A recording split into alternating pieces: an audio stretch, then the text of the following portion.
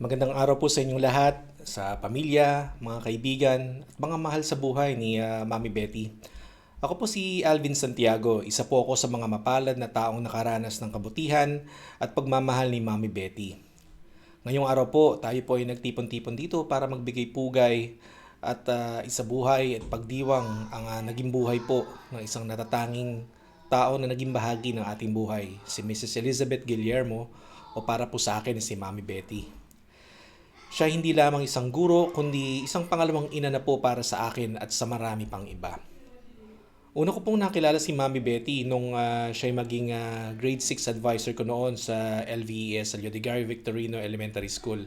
Sa panong yun, masyado pa po akong bata para lubos na maunawaan yung kanyang naging impluensya sa aking buhay. Ngunit sa paglipas ng mga panahon, sa paglipas ng taon at lalo na nito pong siya po'y pumanaw, as I reflect po sa kanyang naging buhay, naging malinaw po para sa akin kung gaano kalaki yung kanyang naging papel sa aking pagkatao at sa aking pong mga naging tagumpay. Siya isang guro na hindi lang po nagturo ng mga aralin sa paaralan, kundi pati na rin po mga mahalagang aral para sa buhay. Isa sa mga unang bagay po na kanyang itinuro sa akin noon kung paano po magpahalaga at mag-manage ng pera. Naalala ko pa dati, sinama niya ako, dinala niya ako sa Prudential Bank sa Jesus de la Peña branch para mag-open ng bank account. Yun po yung kauna-unahan kong bank account. Sa pamamagitan po ng kanyang patnubay, natutunan ko na mahalaga yung pag-iipon bago gumastos.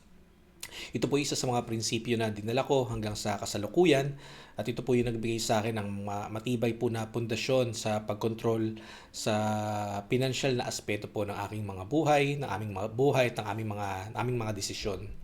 Ngunit higit po sa pagiging guro ni Mami Betty, naging isang gabay po sa aking paglalakbay patungo sa magandang kinabukasan yung napakaraming karanasan po na kasama ko siya. Pagkatapos po ng grade school noon, siya yung laging nag-aalok sa akin na sumama sa kanya kapag namimili ng groceries. Sa mga pagkakataon po yun, hindi lang po ako tumutulong sa kanya, natutunan ko rin po sa kanya yung kung paano po maging responsable sa paghawak ng pera at saka ng mga gastusin.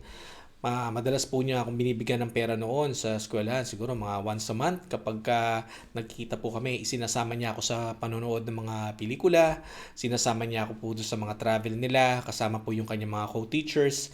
Madalas namin kasama noon sa biyahe, natatandaan ko sila Ninong Archie Angeles, si Mr. De La Rosa, si Mr. Samson, si Mrs. Beth Nepomuceno, si Ninang Maming De La Paz. Sa pamamagitan po ng mga karanasang yun, nakasama ko si Mami Betty, hindi lang siya nagbigay sa akin ng kasiyahan, pero pinalawak niya din yung pong pananaw ko sa buhay. Natuto akong mangarap, na gusto ko po, umasenso rin ako balang araw para makapag-travel din ako gaya nila. Gusto ko rin nakakapamili sa grocery, hindi yung pautay-utay lang sa palengke o sa grocery store kasi wala kaming panggastos, makapanood ng sine, kumain sa labas, at higit sa lahat natutunan ko po yung kahalagahan ng pagkakaibigan, ng pakikipagkapwa-tao at saka ng pagiging matulungin. Si Mami Betty, sa tuwing kasama ko siya noon, palagi siyang nagbibigay ng inspirasyon po sa akin sa pamamagitan ng pagbabahagi ng mga kwento tungkol sa kanyang mga sariling mga anak. Sila Kuya Alvin, sila Kuya Arnold, sila Ate Gigi. Gayon din kung gaano kasipag na working student si Ate Ana. Natatandaan ko pa kung paano ko siya unang nakilala noon nung pinakilala ko ni Mami Betty sa kanya sa El Polo Loco sa Mega Mall. Yung mga kwento pong yun naging inspirasyon po para sa akin na maging mas masipag sa aking pag-aaral at magsumika po sa buhay para maabot yung aking mga pangarap. Si Mami Betty, siya rin po yung kauna-unahang nagdala sa akin sa dentista. Kaya ngayon naisip ko, kaya ako napaka-particular sa dental health, tungkol po sa kapatid kong bunso na lalaki, pati sa mga anak kong lalaki naging particular ko sa mga ngipin dahil na rin kay Mami Betty. Yung pagmamahal at pag-aalaga ni Mami Betty ay higit pa sa isang pagiging guro. Yung kanyang pong alaala na talagang mananatili sa akin yung sa pamamagitan ng mga aral na binahagi niya. Yung kanyang kabaitan, yung pagmamalasakit, at pagtuturo, hindi lang po siya naka-impluwensya sa akin personal na buhay, pati na rin po sa mga desisyon na ginawa ko sa araw-araw. Talagang malaki pong bagay ang naitulong ni Mami Betty para mahulm po yung aking pagkatao.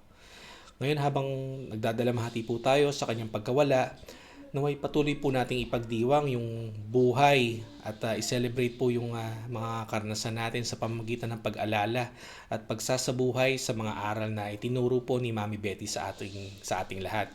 Yung kanyang inspirasyon, yung kanyang patnubay, yung kanyang pananampalataya sa Diyos na patuloy pong magbigay sa ating lahat ng lakas at gabay sa ating pong pamumuhay at paglalakbay. Sa pagtatapos po ng message ko na to, gusto ko lang pong ipahayag yung aking taus-pusong pasasalamat kay Mami Betty. Hindi ko po kayo makakalimutan, Mami. Maraming salamat po sa lahat po ng inyong nagawa sa amin.